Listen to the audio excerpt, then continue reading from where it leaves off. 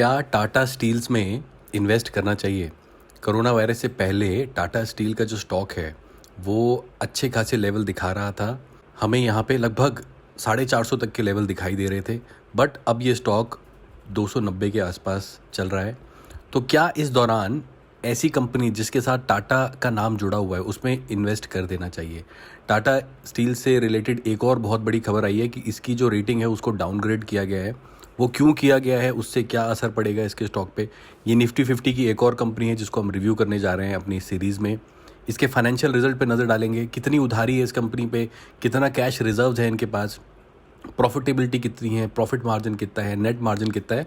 इन तमाम पहलुओं पे नज़र डालने के बाद वीडियो के एंड में इस कंक्लूजन पे आने की कोशिश करेंगे कि क्या 290 का भाव टाटा स्टील में सही है निवेश करने के लिए लंबे समय के लिए। तो आइए दोस्तों, सबसे पहले बात करते हैं टाटा स्टील के मैक्सिमम चार्ट में। आपको दिखाता हूँ चार्ट है, उसमें काफ़ी स्विंग देखने को मिला है हमें।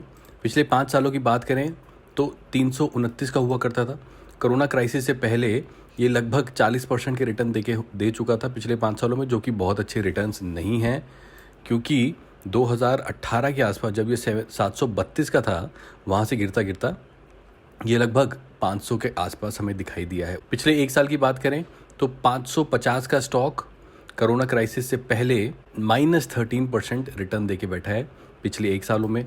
वहीं अगर 6 महीने की बात की जाए तो 350 का स्टॉक अगेन कोरोना क्राइसिस से पहले 24% तक के रिटर्न देके बैठा। तो पिछला 6 महीना इसके लिए ठीक था। 350 से कहीं ना कहीं 550 तक का सफ़र किया, 450 तक का सफ़र किया, सॉरी। बट उसके बाद से कोरोना क्राइसिस के बाद ये काफ़ी गिरा है, और कितना गिरा है वो भी मैं आपको दिखाना चाहता हूँ। 450 से इसने जो बॉटम बनाए वो -42% के बॉटम बनाए थे। वहाँ से रिकवरी ज़रूर 14% की हमें आती हुई दिखाई दी है। और आज भी अगर देखें, अब ये लाइव मार्केट दिख रहा है हमारे सामने, गैप डाउन ओपनिंग हुई थी बिकॉज वो रेटिंग डाउनग्रेड के बाद, बट वहाँ से रिकवर कर गया स्टॉक। अब दोस्तों, ये तो रही इसके रिटर्न की बात। 5 सालों में अच्छे रिटर्न नहीं है, 1 सालों में नेगेटिव रिटर्न है, 6 महीने में ज़रूर हमें कुछ रिटर्न यहाँ पे आते हुए दिखाई दिए हैं।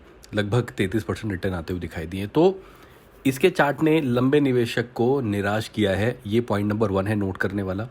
दूसरा, अगर इसको एनएससी की वेबसाइट पे जाके देखें तो देखिए 52 वीक्स हाई पिछले साल मई में बने थे लगभग 560 के।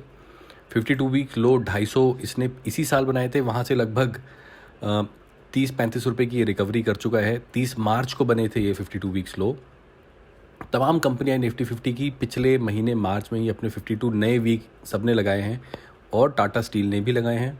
वहीं अगर बात करें कि इसकी जो डिलीवरी है वो किस तरीके की हो रही है, तो हमारे पास लगभग 1,32,00,000 के आसपास क्वांटिटी ट्रेडेड दिखाई दे रही है आज की डेट में, जिसमें से 17% यहाँ पे डिलीवरी हमें दिखाई दे रही है। कंपनी इन्फॉर्मेशन की बात करें तो शेयर होल्डिंग पैटर्न्स में लगभग 34% प्रमोटर्स के पास है, और पब्लिक के पास जो हिस्सेदारी है वो काफ़ी ज़्यादा है।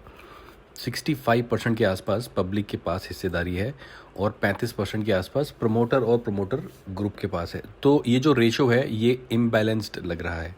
टाटा का नाम ज़रूर जुड़ा हुआ है कंपनी के साथ, बट जो रेशो है, प्रमोटर के पास जो हिस्सेदारी है, पब्लिक के पास जो हिस्सेदारी है, उसका रेशो थोड़ा सा मिसमैच, ज़्यादा स्ट्रॉन्ग नहीं है ये रेशो। 45-50, 50-50% फिर भी हेल्दी होता है, बट प्रमोटर की जो हिस्सेदारी कम है। और इसका क्यों हेल्दी ना होना बोला जा रहा है, बिकॉज ज़रा सी नेगेटिव खबर में क्या होता है, पब्लिक पैनिक में आके अपना शेयर बेचती है। कंपनी का फाउंडर नहीं बेचेगा इन हालातों में, बट पब्लिक बेचती है। तो जब जब पब्लिक के पास ज़्यादा परसेंटेज दिखाई देता है तो वो एक थोड़ी सी लॉन्ग टर्म निवेशक के लिए घबराने वाली बात होती है। तो point number 2, share holding pattern ज़्यादा हेल्दी नहीं है। अब दोस्तों, देखते हैं इसके फाइनेंशियल रिजल्ट, वो बहुत इंटरेस्टिंग डेटा होता है। तो सबसे पहले मैं आपको इसका मार्केट कैप बताता हूँ कितना है टाटा स्टील का। तो हमारे सामने डेटा जो है वो 32,000 करोड़ के आसपास का मार्केट कैप दिखाई दे रहा है टाटा स्टील का।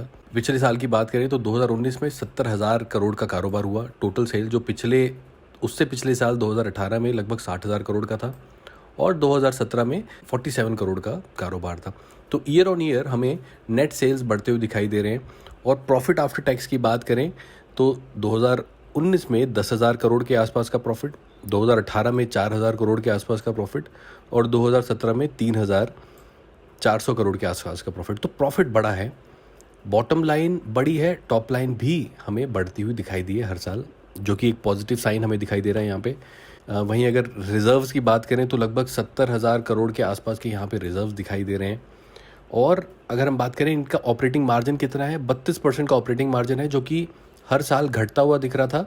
2017 से 18 में घटा था, बट 18 से 19 में वो 10% की उसमें जंप आई है। यही रीज़न है इनका जो प्रॉफिट है वो भी 4,000 से 10,000 हो गया, क्योंकि प्रॉफिट मार्जिन भी यहाँ पे बढ़ा है। वहीं अगर नेट मार्जिन की बात करें तो उसमें भी 17 में 7%, 18 में लगभग 7% और 19 में ये मार्जिन बढ़ के लगभग 15% हमें दिखा है। तो ये एक पॉजिटिव साइन है। 2019 मैं बोलूँगा टाटा स्टील के लिए अच्छा साल था in terms of top line, bottom line and net profit. तो ये चीज़ें इम्प्रेस करने वाली हैं। चार्ट में अच्छे रिटर्न्स नहीं दिए, शेयर होल्डिंग पैटर्न्स भी ज़्यादा स्ट्रांग नहीं है। फाइनेंशियल रिजल्ट 17 से 18 में ज़्यादा इंप्रेसिव नहीं था, बट 19 का जो फाइनेंशियल रिजल्ट है वो बढ़िया लगा। अब क्वार्टरली आपको एक बार समरी दिखाता हूँ इसकी किस तरीके की है। तो पिछले क्वार्टर में लगभग 15,000 करोड़ का कारोबार, जो उससे पिछले क्वार्टर 14,000, लगभग 14,500 करोड़ के आसपास था। वहीं दिसंबर पिछले साल 17,000 करोड़। तो ईयर ऑन ईयर हमें रेवेन्यू घटते दिखे हैं दिसंबर वर्सेस दिसंबर, और दिसंबर वर्सेस सितंबर हमें बढ़ते हुए दिखे हैं, बट ईयर ऑन ईयर हमें घटते दिखे हैं। तो ये एक अच्छी खबर नहीं है। तो हमें जो स्टॉक के प्राइस में इसकी उतार चढ़ाव जो दिखाई दी है पिछले 1 सालों में, वो कहीं ना कहीं इसके अच्छे क्वार्टरली रिजल्ट यानी कि कंसिस्टेंट क्वार्टरली रिजल्ट के ना होने के कारण दिखाई दी है। अब वहीं बात करें अगर नेट प्रॉफिट की, तो दिसंबर क्वार्टर में 1800 करोड़ का नेट प्रॉफिट, जो सितंबर में 3800 था और पिछले साल दिसंबर में 2400 था। तो ईयर ऑन ईयर हमें घटते दिखे हैं प्रॉफिट, और आप बोल सकते हैं सीक्वेंशियली भी हमें घटते हुए दिखाई दिए। तो दोस्तों, किसी भी एंगल से टाटा स्टील एक लंबी निवेशक के लिए फ़ायदे का सौदा साबित होती नहीं दिखाई दे रही। एक ही चीज़ इसके साथ अच्छी जा रही है, वो है टाटा का नाम और स्टील जैसी कंसिस्टेंट बिजनेस जिसकी डिमांड कभी कम नहीं होने वाली, ऐसी बिजनेस के साथ स्टैब्लिश होना। और इनका जो आप बोल सकते हैं 1907 से जो ये फाउंड हुई है कंपनी, इसकी जो पुरानी हिस्ट्री है वही केवल पॉजिटिव बातें हैं। इसने अच्छे रिजल्ट्स नहीं दिए, इसने अच्छे रिटर्न्स नहीं दिए इन्वेस्टर्स को। ईयर ऑन ईयर भी हमें ज़्यादा अच्छे आप बोल सकते हैं प्रॉफिटेबिलिटी नहीं दिखाई दे रही। पिछले क्वार्टर के नतीजे भी ज़्यादा प्रॉमिसिंग नहीं दिखे हैं, और जो शेयर होल्डिंग पैटर्न है उसमें भी हमें ज़्यादा अच्छे रेशो नहीं दिखाई दे रहे। वहीं अगर प्लेज शेयर की बात करें तो शेयर होल्डर्स के पास लगभग प्रोमोटर के पास जो 33% हिस्सेदारी है उसमें से 1.16% प्लेज्ड भी है।